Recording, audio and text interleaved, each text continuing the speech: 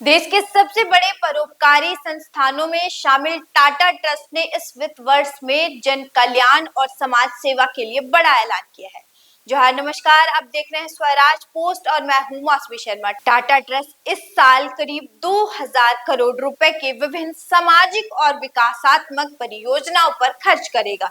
यह राशि पिछले वित्त वर्ष के मुकाबले लगभग 400 करोड़ रुपए अधिक है, जब ट्रस्ट ने करीब 16,000 करोड़ रुपए समाज सेवा के कार्यों पर खर्च कर दिए थे। टाटा ट्रस्ट के सीआईडी सिद्धार्थ शर्मा ने इसकी जानकारी देते हुए कहा कि संस्था स्वास्थ्य, शिक्षा, अनुसंधान और ग्रामीण विकास जैसे क्षेत्रों में बड़े पैमाने पर निवेश कर रही है।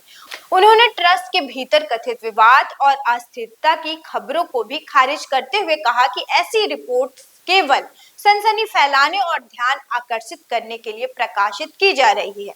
टाटा ट्रस्ट का सबसे बड़ा फोकस स्वास्थ्य क्षेत्र, खासकर कैंसर उपचार पर है।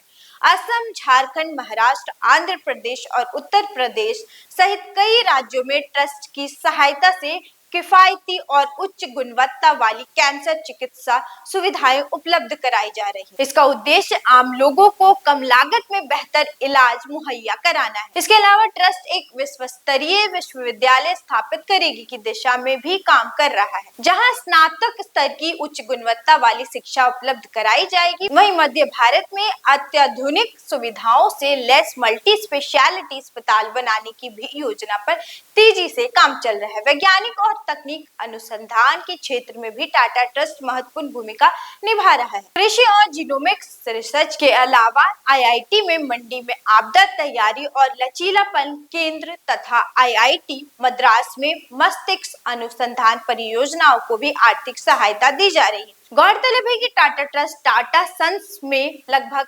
66% हिस्सेदारी रखता है और समूह को मिलने वाले लाभांश से भी उससे अधिकांश सामाजिक कार्यक्रम संचालित होते हैं।